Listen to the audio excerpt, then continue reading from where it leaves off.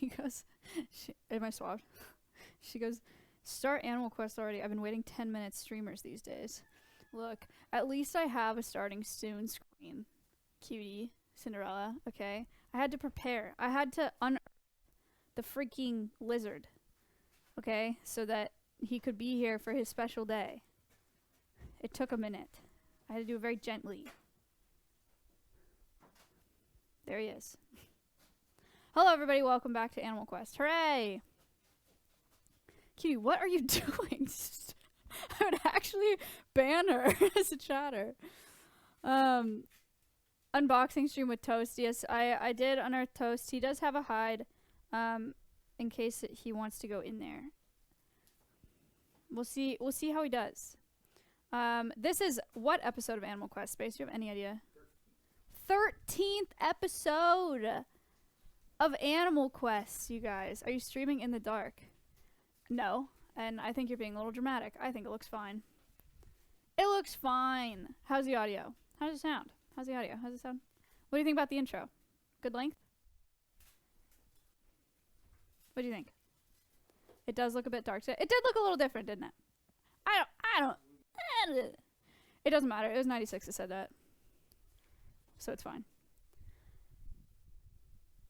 Elevator music, but I like it. Okay, fine. 16 minutes is too long, TBH. Okay. Well, I would rather go live on time and then have a long intro than be late and have a short one. That's just me. That's just me. Just Googled Skink. That's excellent. A good start. But you're going to learn a lot more about them today than a Google search. Because I have spent maybe... how many hours? I don't know. Like 6? 10? Maybe 10 hours or so researching blue-tongued skinks. I will be honest, I'm not much of a reptile person. Look, blue tongue. Did you see it? I'm not much of a reptile person. Not that I don't like them. I just don't have a ton of reptile experience. I've done some keeping of reptiles at zoos, at internships and stuff like that. I like them a lot, but I don't know a ton about them. So I had to do a lot of reading to create this presentation. But I hope that you like it. If you have not seen an Animal Quest before, it is a series on my channel where I do a spotlight for every species that we have at Alveus. Frame on your right is crooked. It's driving me nuts. This one.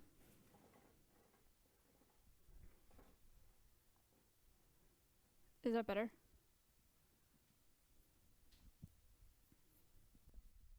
Perfect. Saved. Excellent. I do a spotlight on every species that we have at Alveus. We talk about who that animal is, the individual animal. We talk about their natural history. We talk about their conservation. Hair's a little fricked up. That's really unnecessary to say. I actually think my hair looks fine today. Hair is kind of fricked by the mic. What are you talking about? Can you actually leave me alone? I'm trying to be professional here. I'm actually trying to do something right now. I'm trying to teach you guys about something right now. Please stop. Thank you very much. The other side. What? This? Your face is a little fricked up? All right. I'm just going to stop responding to chat. Is that what you want?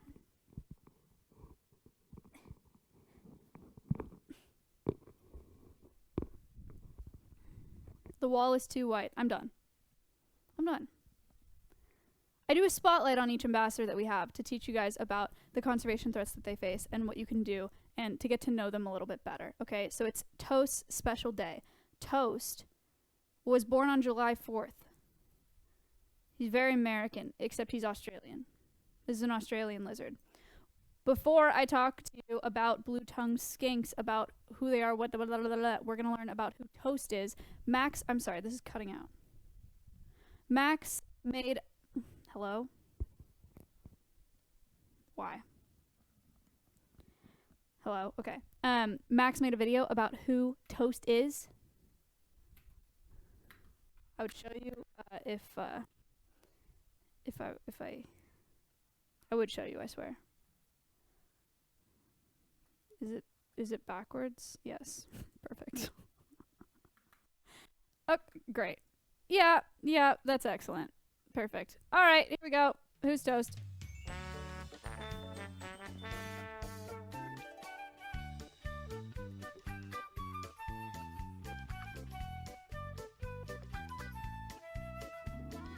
Toaster strudel.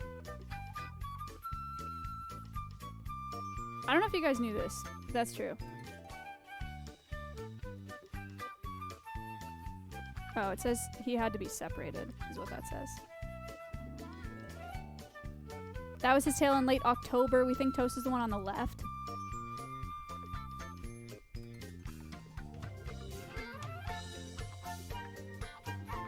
Look at his blue tongue. You see that? Look at him. Big guy. This species is still of least concern though, so they're not endangered or anything like that. It's the only ambassador that we have currently that I can talk about invasive species with. So I'm excited about that, but he's really beautiful. Huh? The tail. Cool guy. Toaster strudel. Yay. Yay.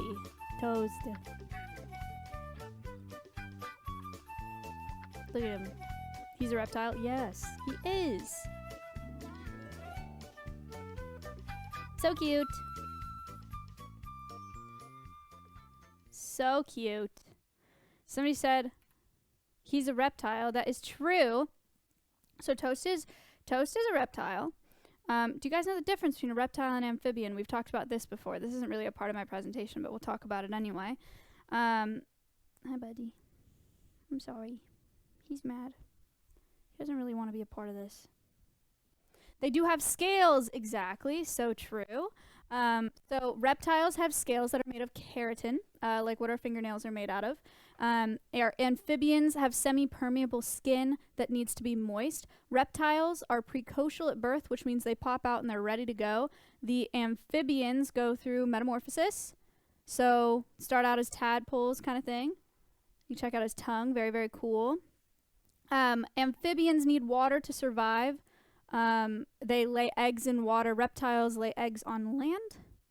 This one is a bit of an exception to that rule. We're going to talk about that today. It's actually really, really interesting. But Toast was born on July 4th, so he's pretty young. And we got him from a zoo in California that I used to work at. So Toast was he was born with quite a few other skinks, and sorry. I don't know if you can hear him. He's kind of upset. He was born with quite a few other skinks, and they ate his tail. So he had to be separated from those other skinks and with one of his siblings, and it has grown back. But that is one of the reasons that we got him, is he was separated and hand-fed as a baby, and now he is an educational ambassador here. Is he heavy? No, he's not. He's not very heavy. These guys are really, really cool. They can get to be like 2 feet long. Right now, he's already pretty long, actually. There's a lot of lizard. He's grown quite a bit since we got him. But I drove him here from California, and now he lives at Alveus. How old is he? He was born July 4th. I'm gonna give him this hide. Maybe he wants to hang out in there. Goodbye. Goodbye. Goodbye. Okay.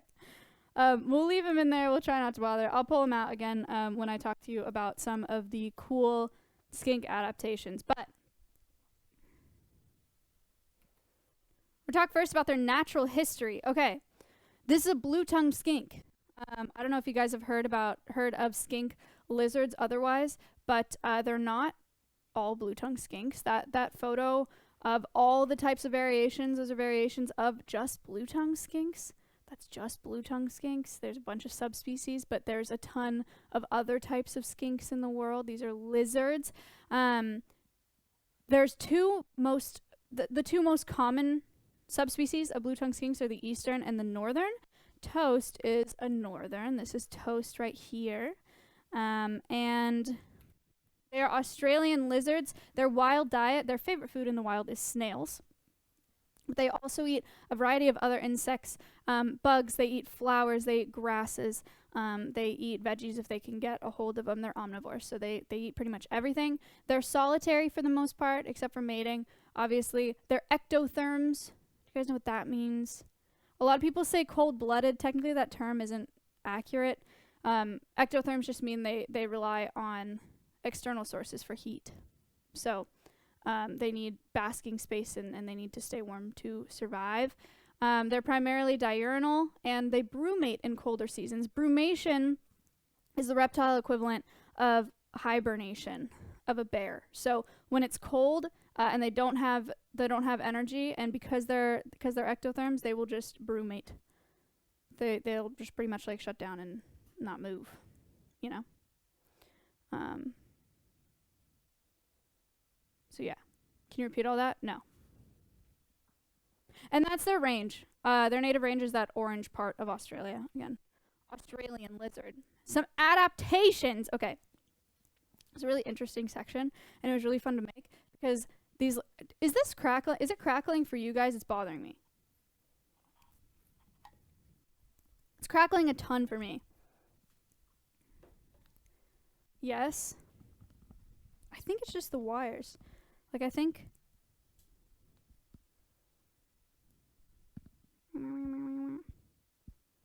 Maybe it's not that.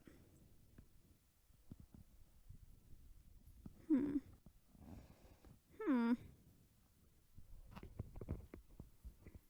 I'm gonna leave it. Okay.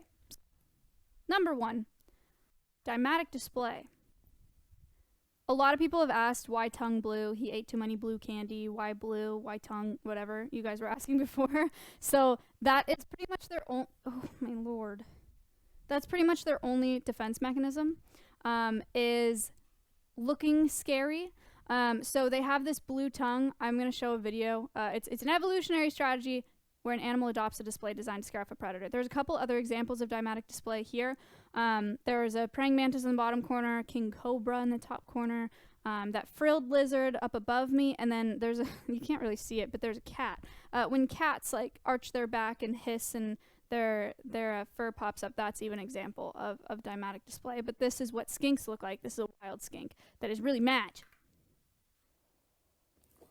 This guy's moving him across the road so he doesn't get hit by a car.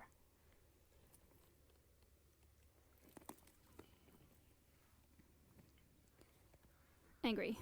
Ow.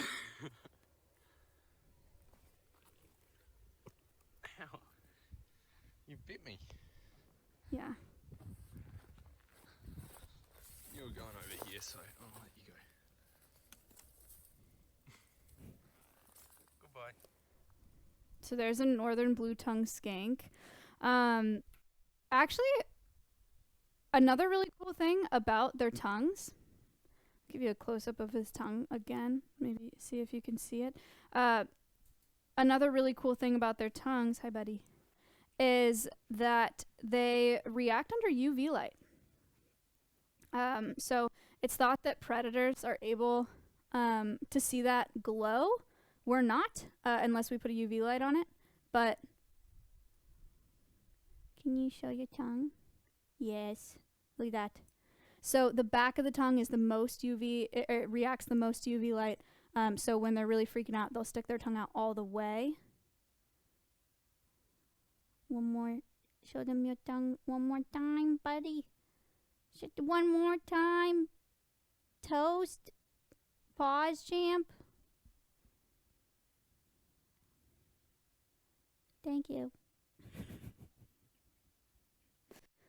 Pretty cool, huh? He looks wet. Yeah, they're very shiny. Back in you go. Everybody say goodbye to Toast. He's not the most social. What's his name? Toaster Strudel. I forgot to say.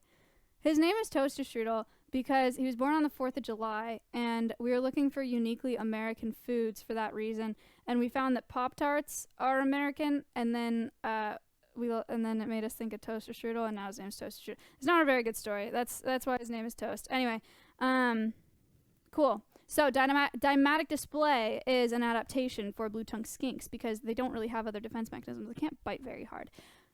Another interesting one. So I told you guys that reptiles are precocial at birth. Precocial, what other things are precocial? Your ducklings are precocial, right? They hatch out and they can run.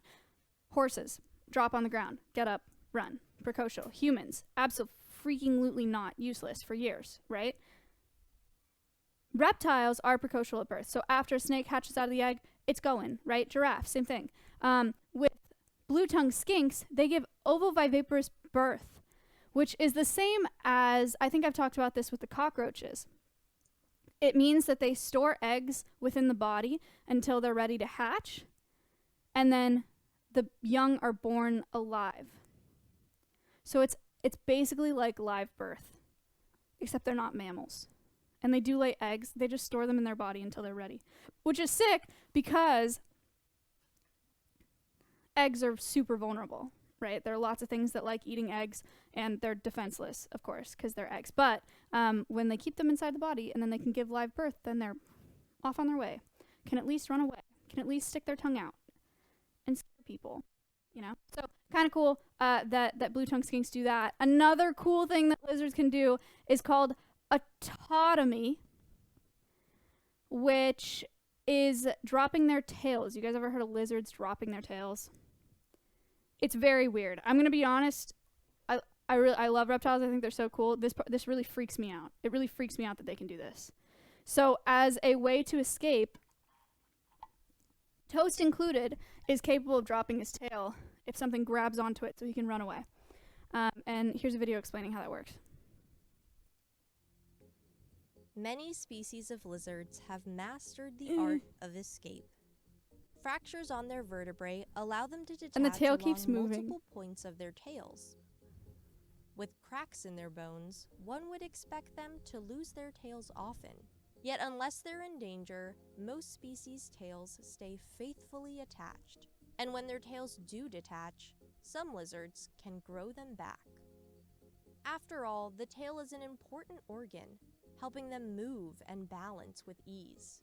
Inspired by the lizards crawling around their desert campus, researchers at NYU Abu Dhabi set out to understand how lizard tails achieve the Goldilocks principle, a tail that isn't attached too firmly or weakly, but stays on just right. Using a scanning electron this part gets microscope, me. the scientists took a closer look at the It's plug like a and socket of muscles plug and surrounding socket. fractures on the lizard's vertebrae. A previous study discovered that these plugs were made up of smaller pillars. This time, the researchers imaged the interior of the sockets.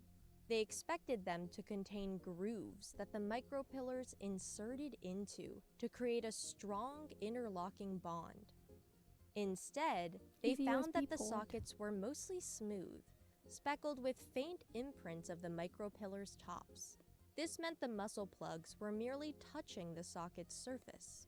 They also found many small holes Can on you the top of reattach these it like a pillars, bionicle? and No. suspected that these nanopores were key to keeping the tail attached. No, you can't just plug To it back test in. this, they Chat. used silicone patches and glass to make a lizard tail model. They created two types of patches with and without nanopores. One set contained short micropillars, while the other had taller micropillars, similar to what is seen in lizards. The scientists pulled the patches apart from the glass and found that the longer pillars with nanopores were the hardest to pry apart. In real life, body fluids fill the nanopores and micropillars in a lizard's tail. To mimic this, the researchers added water to the silicone patches. They found that this made the patches adhere more strongly to the glass. Models revealed that the I don't know small why it cracks gets me so between the much. micropillars and sockets, caused by the nanopores, slowed down new cracks that developed in the tail. With all these strong connections, how do lizards drop their tails? The researchers captured 3 different species of lizards and used a high-speed camera to film the moment their tails detached from their bodies. When they pulled at the tail or squeezed it, the lizard tail stayed firmly attached. But when grasped by the far end of their tail, the lizard was able to bend, triggering a fracture that allowed them to peel their tails off their bodies and run away. While 2 species they tested had an easy escape, one species had to twist and turn in order to release from its predator's grasp. Using They their can grow lizard back, tail though. model, Don't worry. the scientists found that peeling Toes patches grow off back. was far easier than pulling them off. They also used a virtual model to understand how a lizard's muscles might help them detach their tails. They found that if less stress was applied to the patches, a scenario similar to A lot of lizard people are contracting asking its if it muscles. hurts, and my It was honest easier answer to is I peel do the not know. patches off the glass.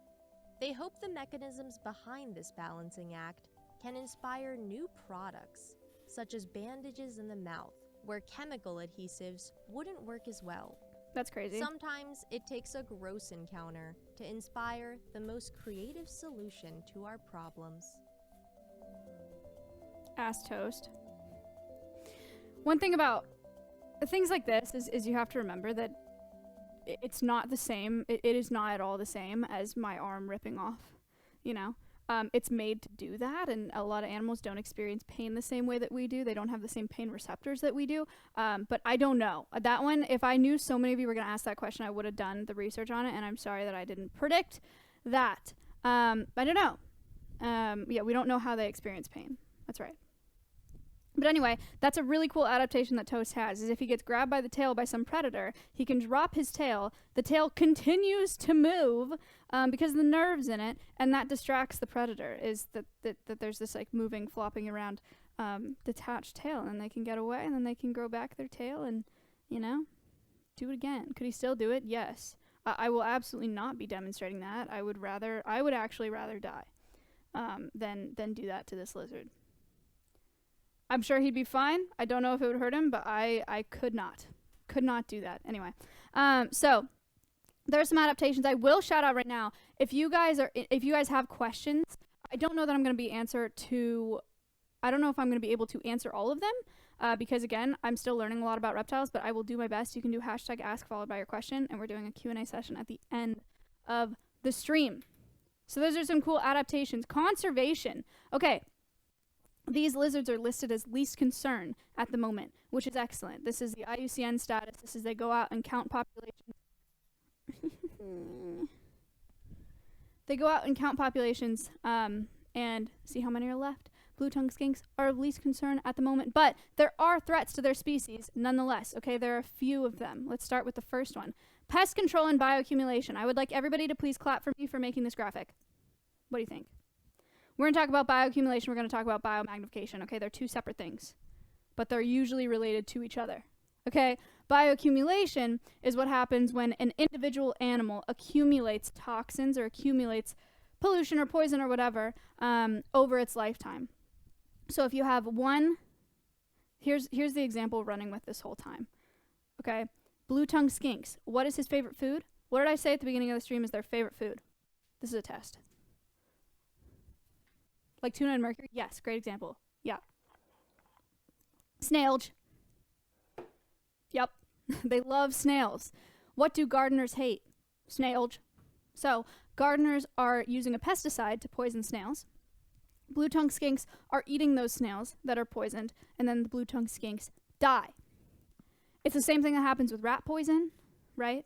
If you put out rat poison, the rats eat it, and then the bird that kills the rat, the hawk or the owl or the falcon or whatever that eats that rat, then consumes the rat poison and dies, right? But for someone like Toast, if Toast was in the wild and he was eating snails over the course of his life, that's bioaccumulation because he's accumulating that poison, that pesticide in his body, right? Biomagnification is what happens when that pesticide or that poison is passed up the food chain, right? Passed up the trophic levels of the food chain. So this graphic that I made to so clearly show you what happened, this is biomagnification, okay? The red dots are pesticides, okay? You apply pesticides to your plants, and then these snails eat them. It's the same amount of dots all throughout, right?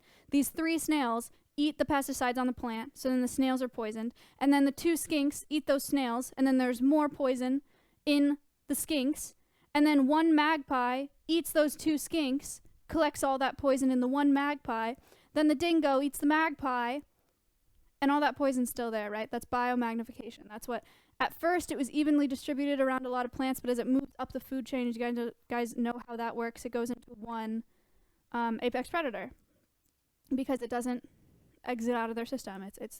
It's there forever. So that's what biomagnification is. One of the most important and intense examples of bioaccumulation, biomagnification is DDT. And so here's a little video. Some of the species that were heavily affected by DDT, peregrine falcons, bald eagles. We've talked about this before on an Animal Quest episode, but here's the bald eagle story. I'll let them explain it, and then I'll talk about it more. Is it mute? Hello? Oh, it's muted. Here you go. Is the Sorry. northern Sound. Dude, we're an iconic we're all bird that we poisoned. almost lost for good?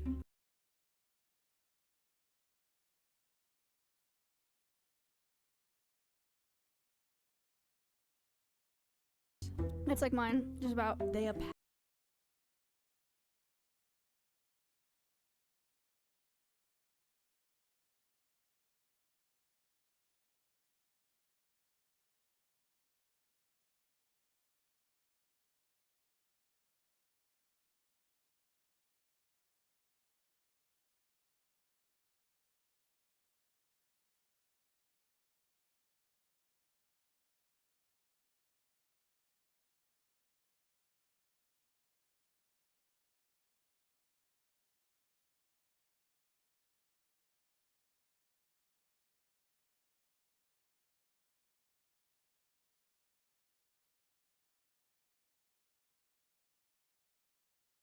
So, with DDT, DDT was...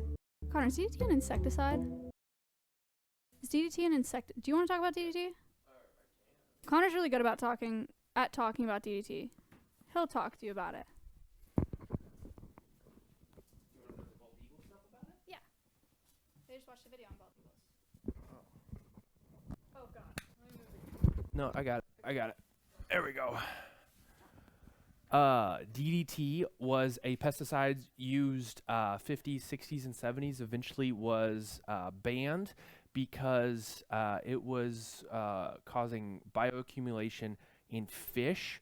And the fish didn't seem to have any negative effects of it, but bald eagles that were catching them would eat that DDT and subsequently would pull the calcium out of the shells of the bald eagle eggs and made those eggs very, very brittle.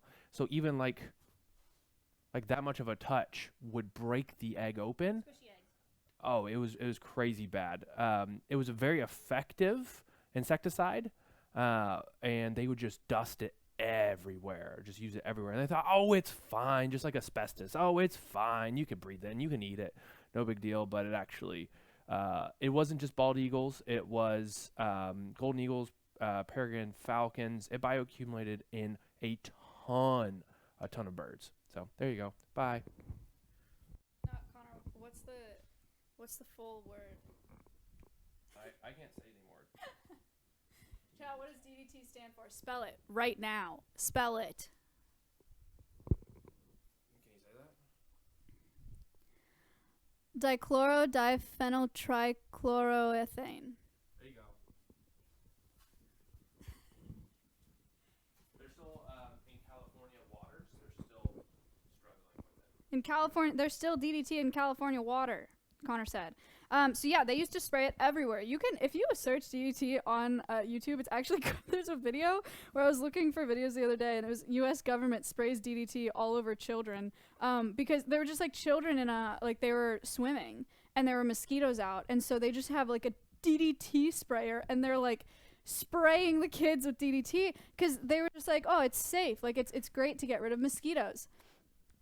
Yeah, they would spray it in pools. They would spray it over crops. They would use it as like on your skin. Like it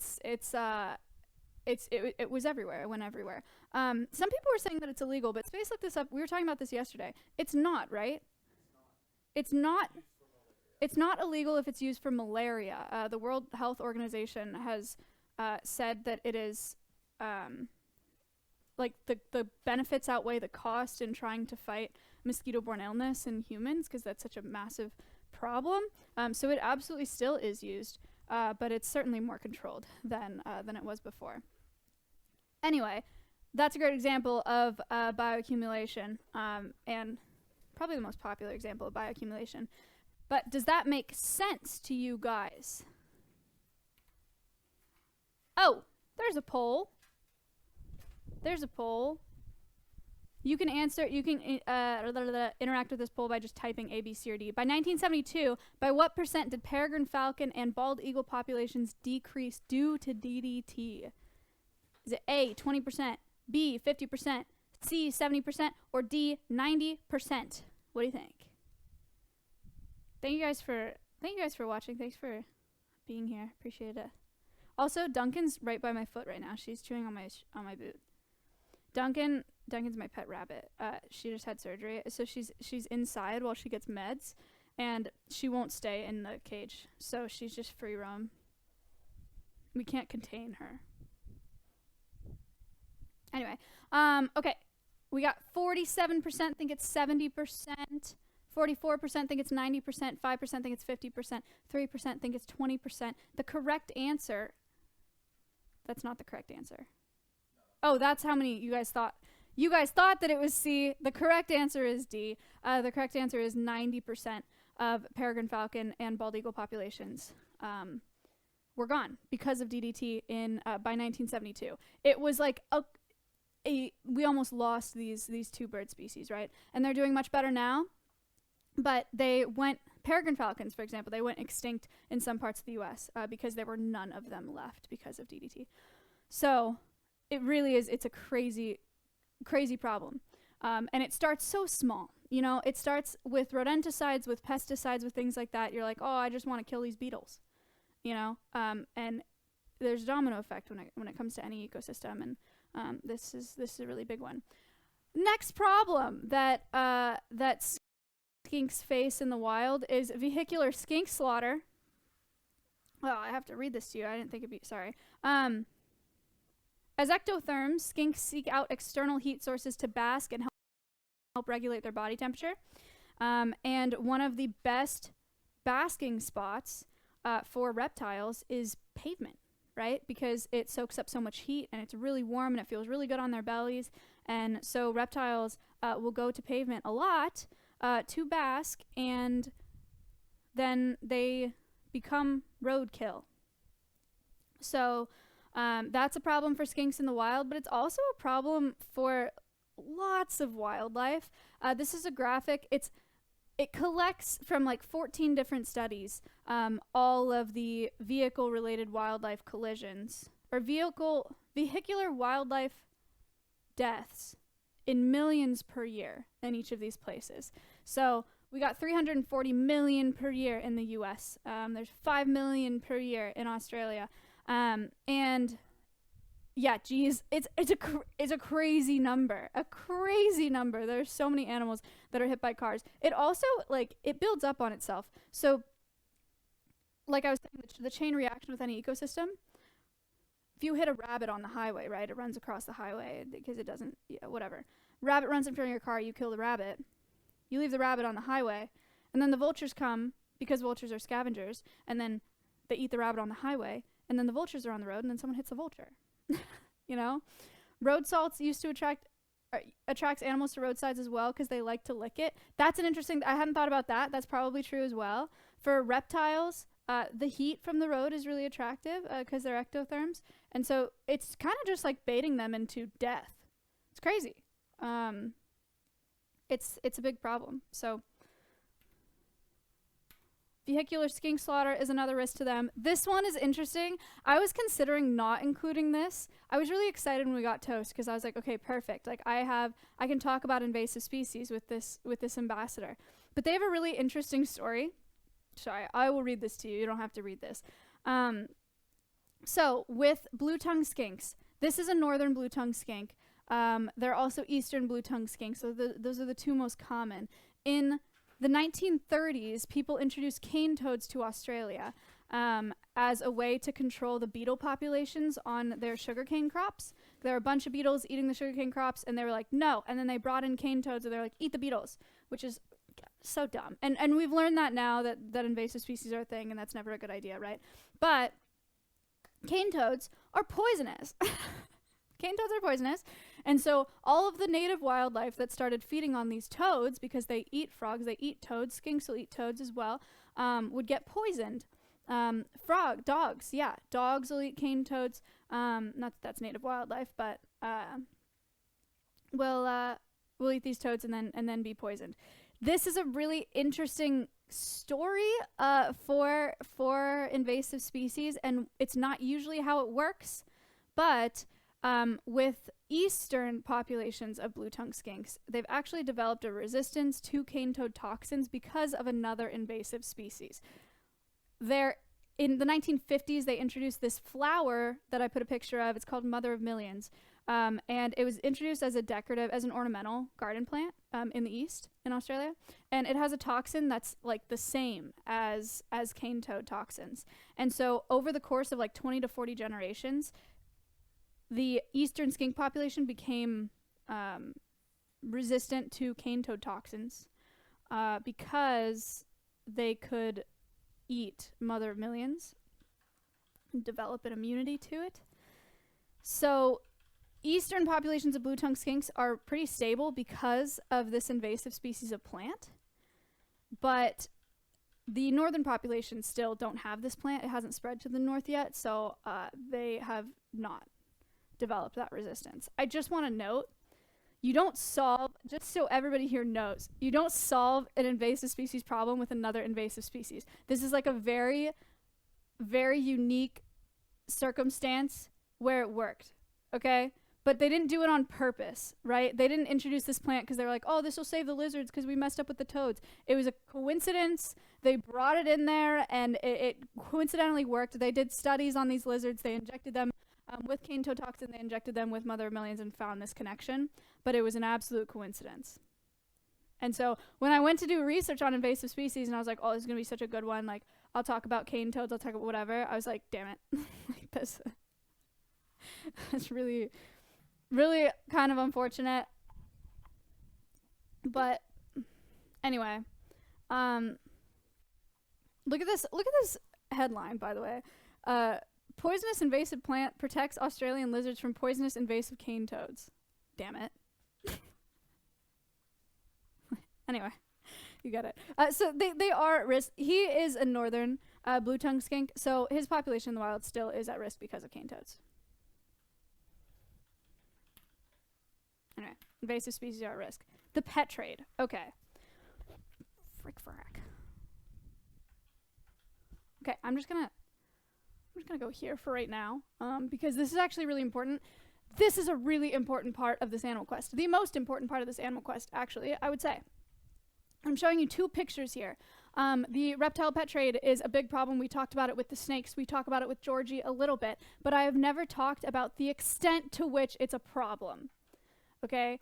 The reptile pet trade is crazy. I'm excited to talk to you guys about it because it really is. It is wild. So the pictures that I'm showing you here on the left side, the ball pythons in bags. This is an inspection of ball python shipments from West Africa to Miami, ensuring that there's within the legal limit of no more than 8 ball pythons per 18 by 24 inch bag. 8 patchies. 8 patchies for 18 by 24 inch bag. What do you think about those measurements? Maybe not. Maybe less. You get it. 8 patchies in that bag. Just to be very clear, this leftmost picture, this is legal transport of ball pythons. This was, like I said, this was just a shipment from West Africa to Miami. Ball pythons are poached out of Africa more than any other species protected by CITES. That's a convention on the International Trade of Endangered Species. And ball pythons are especially easy to poach because their defense mechanism is curling into a ball. So you walk outside and you find a ball python and they curl up into a ball because they're scared. And then you pick them up and then you put them in an 18 by 24 inch bag. You put 8 of them in there, you ship them off. This is legal transport on the left side. The right side is illegal transport.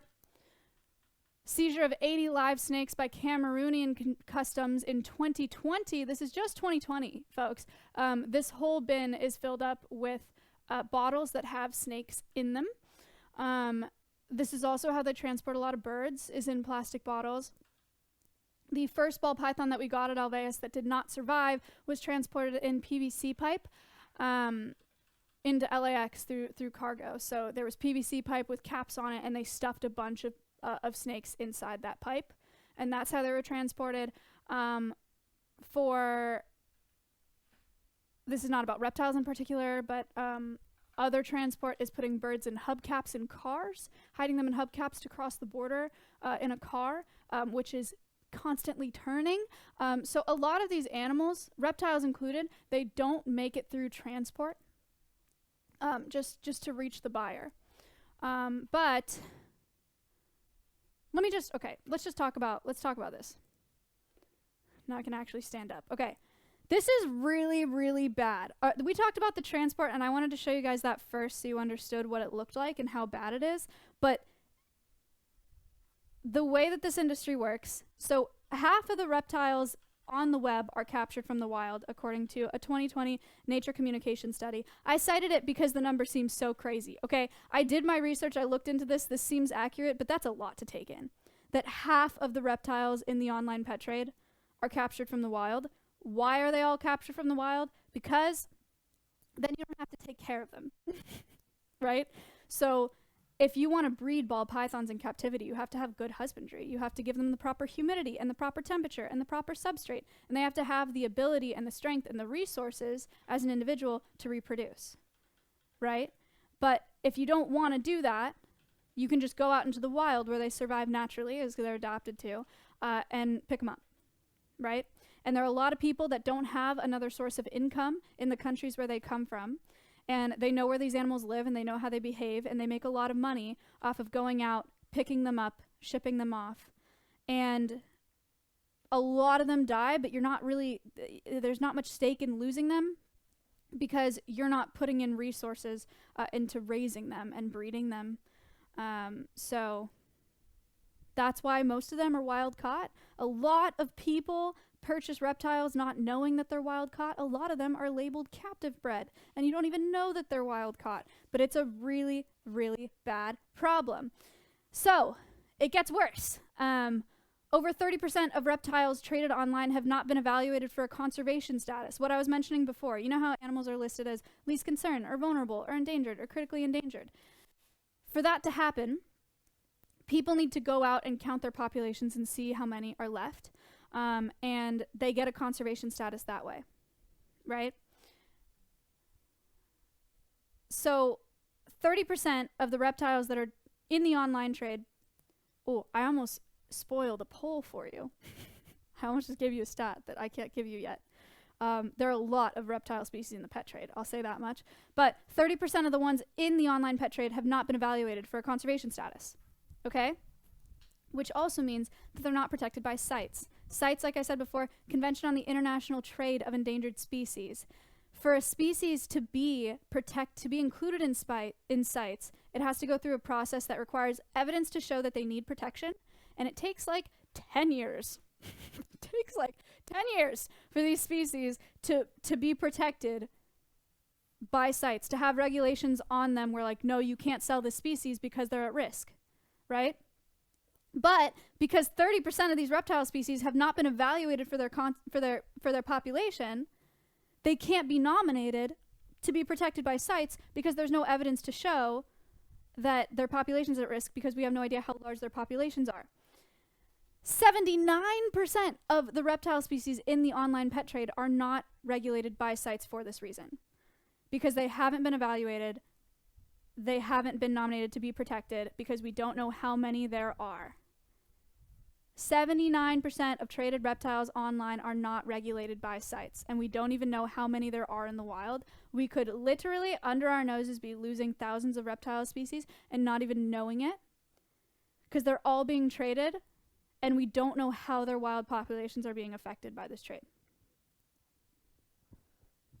Does that make sense to you guys? Does that all make sense?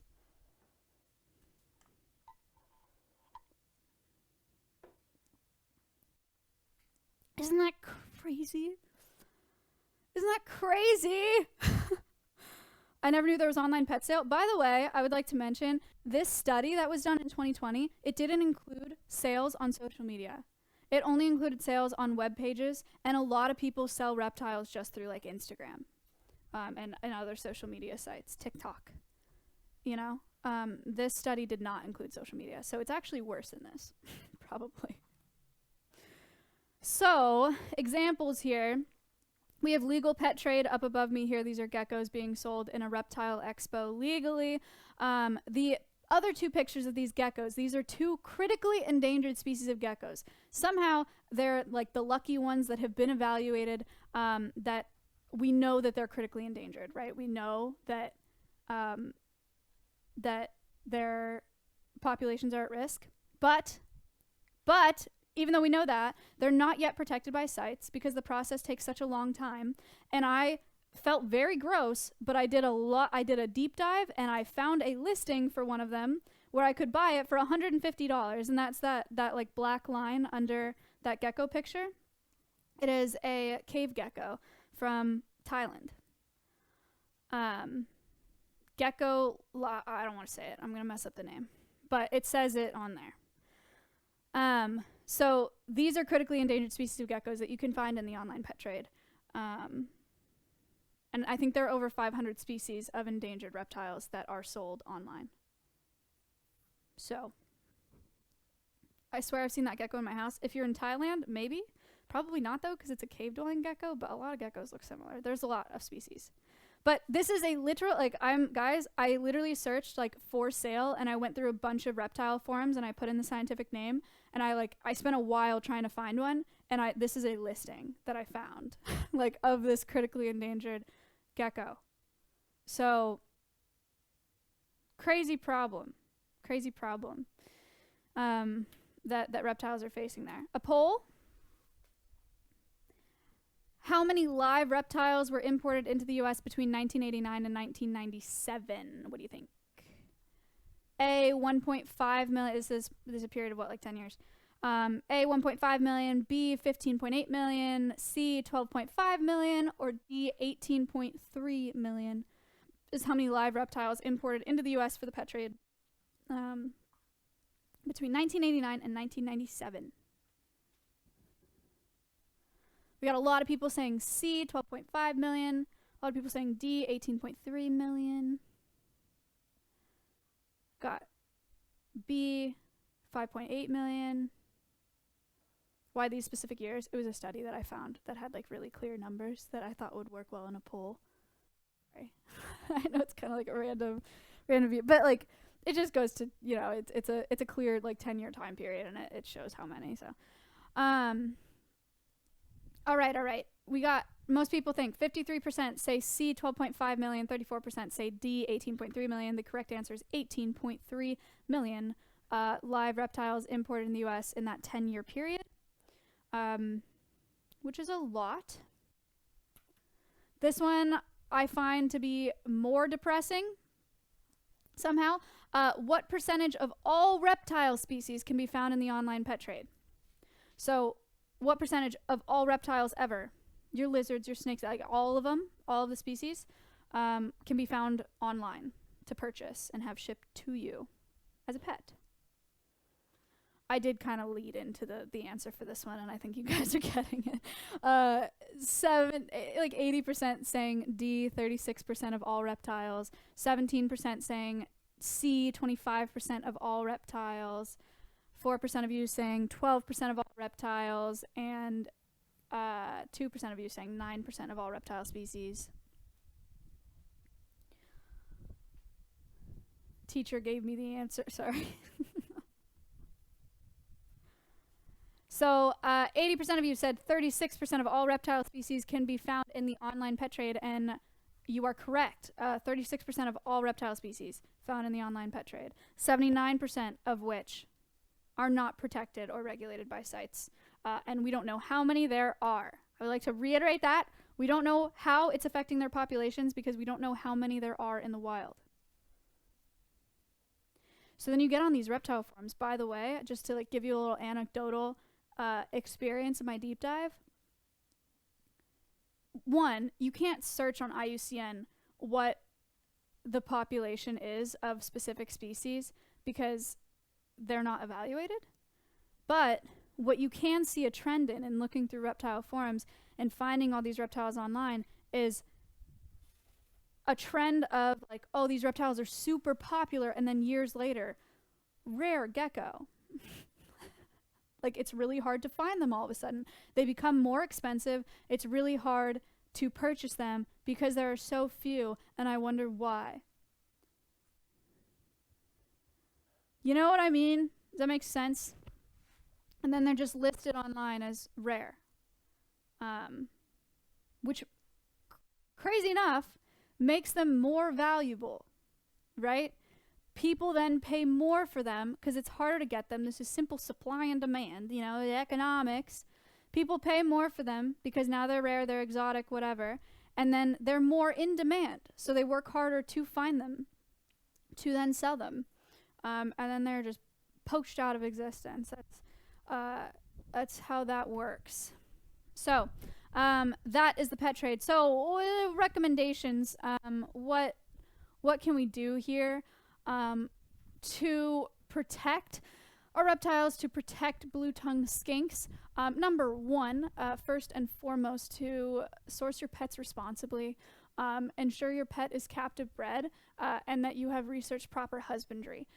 If you're going to get a pet reptile, make sure that you know how to take care of it. Make sure you know what it needs to eat and what humidity it needs and what substrate it needs and what temperature it needs to live at, etc., etc. And make sure that your pet is captive bred. Someone said I feel bad for having a pet gecko. I don't think you necessarily need to feel bad about it at this point. Just take as good care of that animal as possible. But you just need to make sure if you're going to purchase a reptile that it was born in captivity. So you should talk to that breeder and ensure that you're not getting a wild caught animal, because that's the big problem here. Never release pets into the wild. I would hope that most of you would not do that anyway, so I don't know that it matters, but a lot of people get pet reptiles and then don't know how to take care of them, or they get too big or anything like that, and they release them into the wild, which causes invasive species. We've had a lot of problems with that, right, with the Burmese python and reticulated pythons in Florida. It's been a huge problem. Avoid pesticide and rodenticide use when possible, so we can avoid that bioaccumulation and biomagnification problem that I talked about before. Be mindful of wildlife when you're driving. So we talked about vehicles and wildlife and how it's a minefield for wildlife, and you need to drive carefully and look out for animals. Stuff like that's very important. Talk to your friends about this crazy stuff. If your friends are interested in getting reptiles, if they're interested in this trade, make sure they know what you learned about today. And then also, if you see content online, now that we're like hot on this topic, if you see content online that looks really scary or looks really sketchy, and they're like rare breed, you know, like stuff like that, you see it on TikTok, you see it on Instagram, you can report that content. Do I have faith in Instagram or TikTok or whatever to actually do anything about that? No.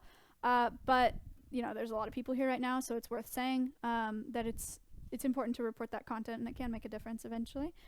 So I report stuff on TikTok all the time. I'm actually a huge Karen on TikTok. There are so many people that like rehabilitate wildlife and stuff like that where I don't think that they should be. And so, yeah, it's something that can be done. It's something you can do to help, because I know we all spend a lot of time on social media, and now you know what to look for. Some sketchy business out there, you know what I mean? So that is it for Toast Animal Quest. Toast. Now it's time for Q&A. Are you guys ready? If you guys have questions, you can do #ask followed by your question, and then I will answer some of your questions. Toast. How do I? Alt tab. Yay. Oh, here it is. Amazing. Okay.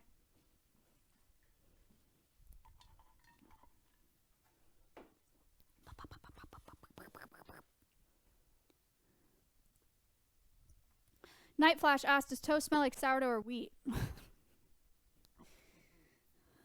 Funny. Can I go to the bathroom? Yes. Take your hall pass. Toast doesn't smell like anything.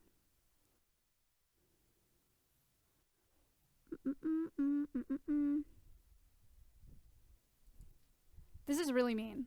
He said, can you close your eyes and spell ovoviviparous? O-V-I-V-I... O-V-O-V-I... Viparous. Did I get it? I thought the second time was right. I'm embarrassed. Is wrong? No, I got it. Saved. Nice. Okay. Cool.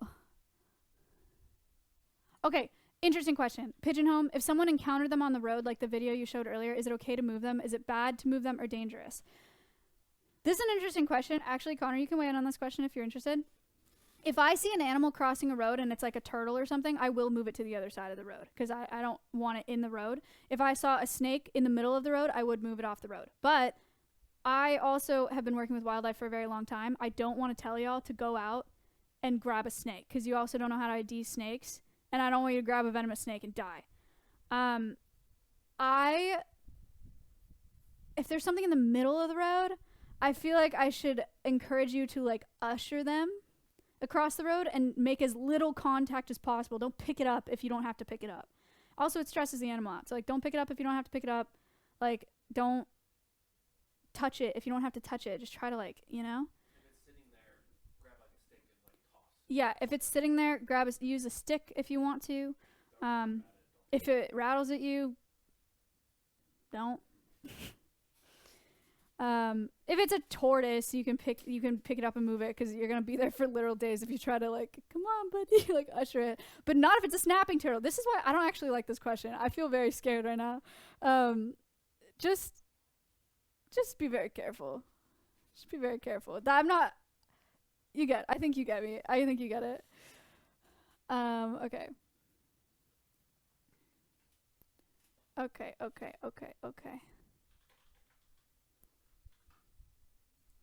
Okay, this is an interesting question. I don't know why I put it up here because I don't actually know the answer. I think that the answer is yes, but I'm not sure. The question is, does the regrown tail retain the ability to detach? I think the answer is yes. I'm pretty confident that the answer is yes, but not like fully sure.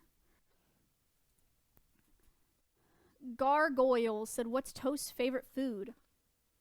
Toast eats wet cat food a lot. Which is not the ideal, but that's the only thing that he was fed growing up. So it's the only thing he's like comfortable eating. So he eats wet cat food. He'll eat a little bit of sweet potato, apple, zucchini, lettuce. We got him. Did we order snails yet? Yeah. Okay, we're gonna get him snails. So he's gonna try snails, see if he likes them. But yeah, we'll see. Snailge. Cool question. Does Toast shed his skin like Noodle? Yes, he does, but not in the same way. It doesn't come off like really clean. The condom effect, it flakes off in like lots of bits, but they do shed. What? They know exact. It's a good way to explain it. They know exactly what I mean. Yeah.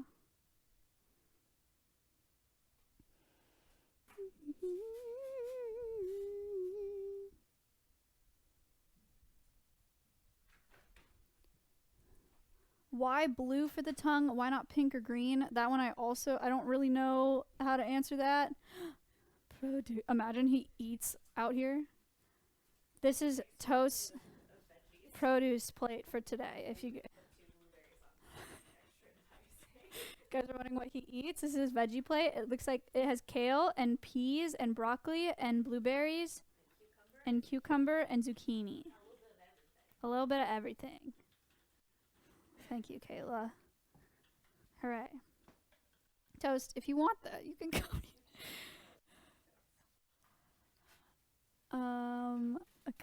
Okay. How did this species end up in America? Pet trade. Just import for the pet trade. Blue tongue skinks are really popular in the pet trade because they're really docile and they don't really bite.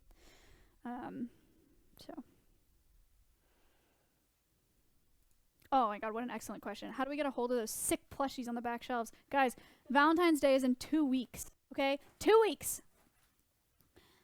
Valentine's Day, we're doing a fundraiser event for Alveus where you can come and if you donate $25 or more, you're going to get a signed postcard and a Valentine's Day doubloon. Okay? And for each plushie that I make, I'm hand making all of these. For each plushie that I make, there are there's one golden doubloon. Thank you. This is a non-golden doubloon. This is a Space is 3D printing these. So the actual inspiration for these is sweethearts, like the candy, right? But we're gonna spray paint like 30 of them gold if I make 30 plushies. So I've made these of all the ambassadors, and if you donate $25, you get one.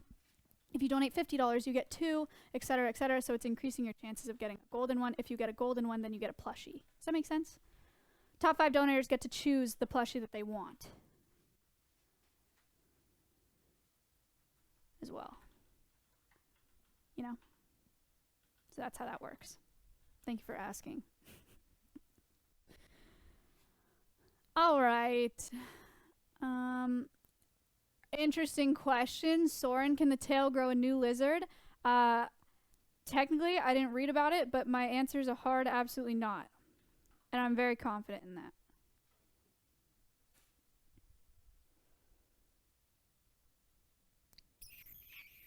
Let's see what other questions we have. Hard question, Sketty. What do you look for in skink body language to tell if they're happy or unhappy? So Toast doesn't really like being handled, and he'll not hiss, but he'll expel a lot of air if he's upset, like a thing. And they do like puff air into their body and make themselves bigger when they're scared or upset. So that's something that we look for. In terms of like his facial expressions, there virtually are none. With him or other reptiles, I've never like looked at a snake's face and been able to tell like, oh, he's happy. You know, it's all kind of behavior. So it's nothing like dogs where you can like see on their face what they're feeling.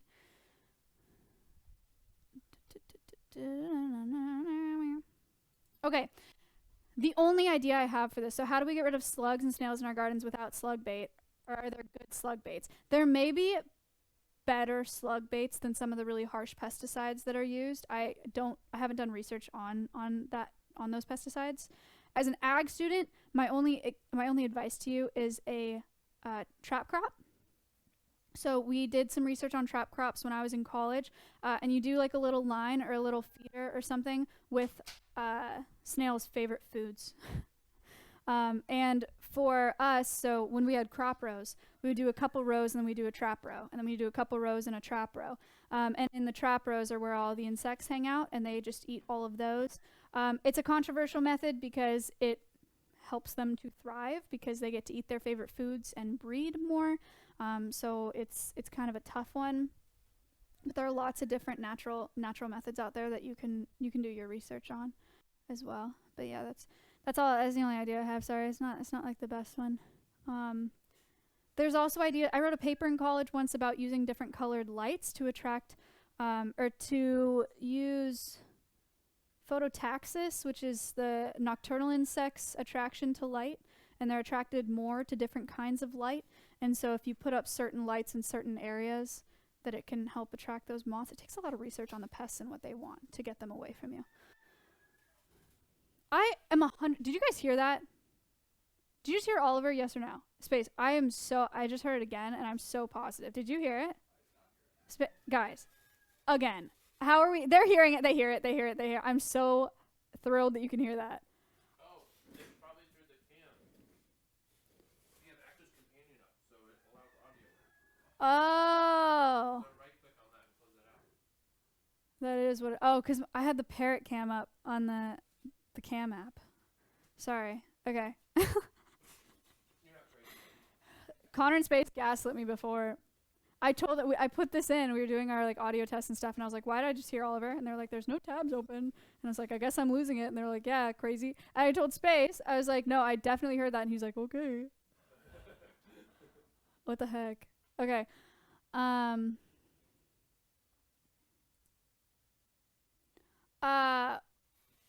Okay, what's your opinion on skinks being sold in Petco? I don't even think this is a controversial opinion at this point. One of the worst places that you can purchase a pet is at a franchise pet store. I don't know where they source their pets. I would like to believe that they're captive bred, but who knows? My biggest problem with franchise pet stores is their husbandry.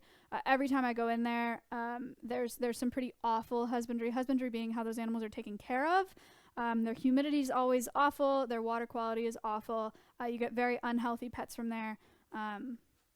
So I just wouldn't recommend that. I will say that I do go to franchise pet stores to purchase supplies often. And I think that that's fine. I think they should be able to sell supplies for pets, but I don't think that they should sell live pets. So Walmart is way worse. Walmart doesn't have live. What? Fish. Walmart has fish? Yep. I've never seen fish in a Walmart. That's crazy. Okay.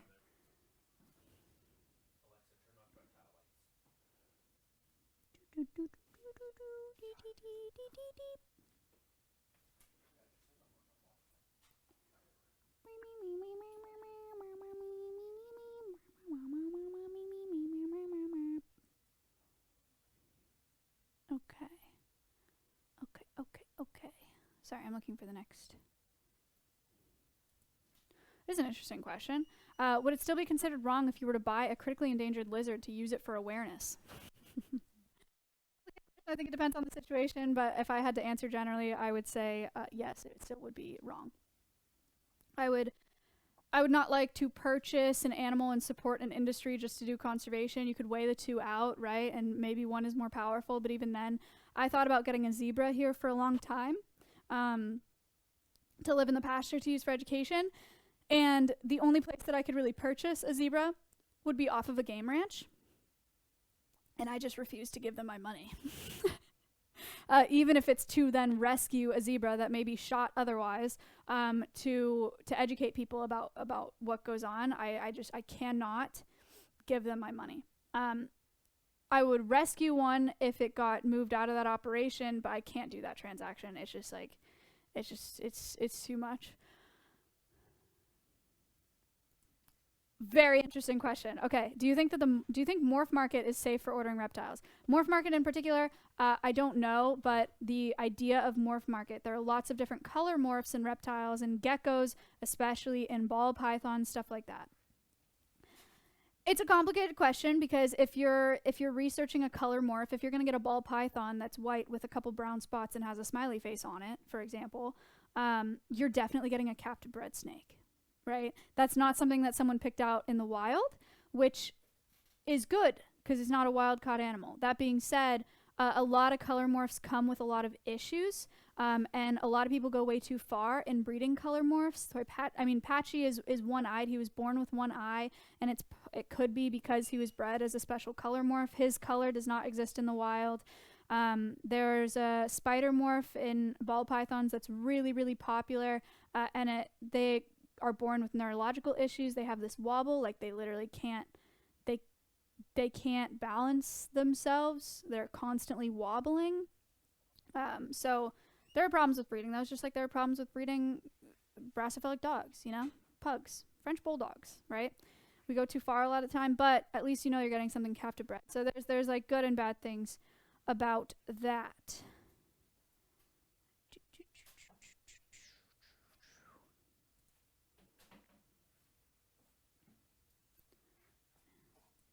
Do their scales feel like our fingernails? I think that they do. Yeah. Maybe thinner. Like not as but yeah, I think they feel like fingernails. Does Toast get any enrichment? Or what does enrichment look like for reptiles? Toast and Georgie and... Georgie's not a reptile, but Georgie and the snakes, they don't want to do scavenge enrichment. They're not interested in new things necessarily. They like having space. So Toast is moving to a massive enclosure. So that'll be enrichment for him. And then he also gets let out on the ground sometimes in the reptile room. So he gets to walk around and explore, stuff like that. He likes that. But we don't give him the enrichment that you see me make for the parrots. They don't get hanging toys and stuff like that because they just wouldn't be interested in it.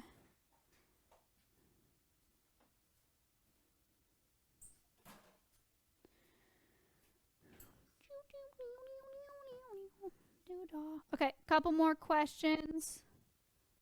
Oh shoot, I didn't really think about Kayla today because I'm supposed to raid into Kayla, right? Yeah, that would be great. I mean, I can stall for like a few minutes. Oh my god. Got so many messages. 30 more minutes of questions. So I'm supposed to raid into Kayla at 2, but I think we're going to finish this up a little early. Kayla today, by the way, Keeper Talk with Kayla is now on Tuesdays, and today I think she's doing rats and cats. So she's going to talk about bioaccumulation and biomagnification, which is sick. Will there be a toasted plushie? Hopefully. We'll see if YouTube's drops us. Because we have to do, like, they have to purchase crates of 500 units. Like, that's how it works. And for Georgie, we sold how many units? Like 150 units for Georgie. And so they keep losing money. And I don't know how long they're going to be willing to do plushies with us. But we're going to try our best. The next launch is going to be Winnie on March 22nd because it's her birthday. So, wait. Door. Okay. Sorry, Duncan was by the door. So we're gonna launch Winnie on the 22nd, see how we do. But 22nd, we're pre-purchasing these units. So there will be 500 available, and so you'll get them in normal shipping times, like a week or less, or like, I don't know, 2 weeks if you're not in the States. I don't know how it works, but it won't be the pre-order thing where you have to wait like 5 months to get the plushie. So we're trying a different method and seeing if that helps, for the Winnie plushie.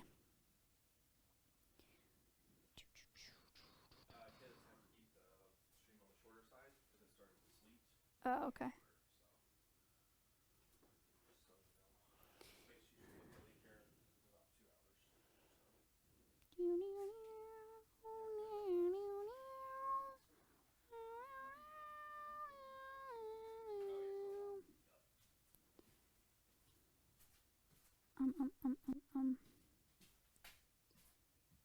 Sorry, I'm looking for a couple more questions and then that's gonna be it.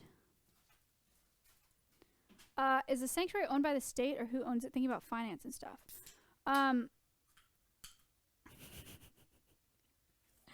I founded this nonprofit and am the executive director, so I guess technically it's me, but it is fully funded on its own. I don't fund the sanctuary, but it's not owned by the state or the federal government. No, we get permits from the state government and the federal government to have what we have here.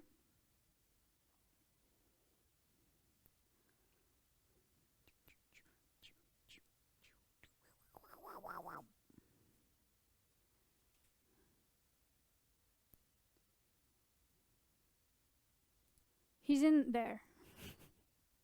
He's hiding. He doesn't like it. Space, can you look up the lifespan of blue-tongued skinks? A lot of people have asked that question, and I don't remember what it is. I think it's long, though. I think it's like 20 years. Am I super off there? 20 years.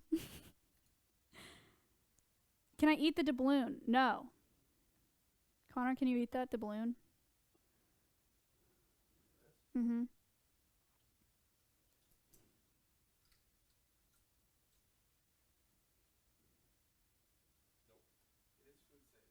It's food safe, but you shouldn't eat it.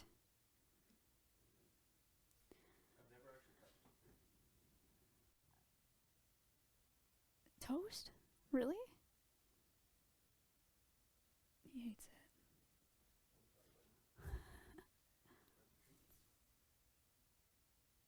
All right. Well, we'll get a toast cam when he has a new enclosure. It'll be a while, for a toast cam. And then,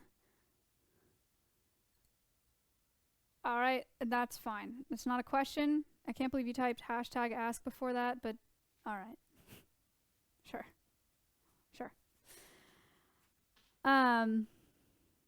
Okay, cool. Thank you. Pookie, I appreciate that. Guys, thank you for watching today. I very much appreciate it. We're gonna put Toast back, let him go hang out in his enclosure again. But those are a lot of really good questions. Thanks for watching Animal Quest 13th episode. Didn't answer my question. Yeah, I know a lot of you have questions. I'm sorry I couldn't answer all of them. I'm so sorry. But I hope you learned a lot. There's a lot of crazy stuff uncovered for this one. It was really fun for me to make, so I hope you enjoyed it. Today's Tuesday, which means I'm raiding into Kayla for rats and cats. Do you think she wants to just be here? Where does she want to do it? I think she wants to do it with the rats. Oh, right. Okay. Does she have the backpack? No, it's regular. I told her to come in here when she does. Here, I'll just go to the intro. Okay. Speed her up. Stall 60 seconds. I'm stalling 60 seconds. Today, Kayla is doing Keeper Talk with Kayla, and she's talking about rats and cats. She's talking about rodenticides and outdoor cats and how they affect. She's saving that for you. She's not talking about that. She's talking about outdoor cats. The myths of rodents. The myths of And Kayla's gonna cats, teach you things. invasive species. Okay. Invasive species. Kayla's going to talk about invasive species. The next collab is February 8th with Alinity. The next P.O. Box stream is February 7th, I think. Yeah, you can start the raid. So those are big things coming up. Also, now that it's almost February, I'm going to do another special stream from the studio that is like a prezi, or I'm going to have a presentation, so it'll feel like Animal Quest, where I talk about reproduction in the animal kingdom. Love in the animal kingdom, if you will. Things like that. It'll be a really good time. So you should come back for that. I don't know what the date is yet, but it'll be before Valentine's Day. So the next time I will see you is what day is it? Tuesday? I will see you on Thursday at not at night. In the afternoon, in the early afternoon for a desktop stream. Toast, what's your question? What is it? Next stream is Thursday. Yeah, I'll see you on Thursday.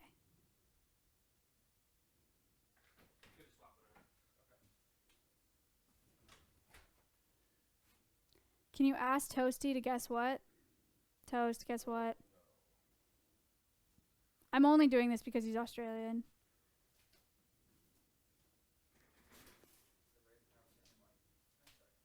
You're gonna miss the raid's going. You're gonna miss it. He's missing his chance because he's. Okay, yeah, he got it. Goodbye.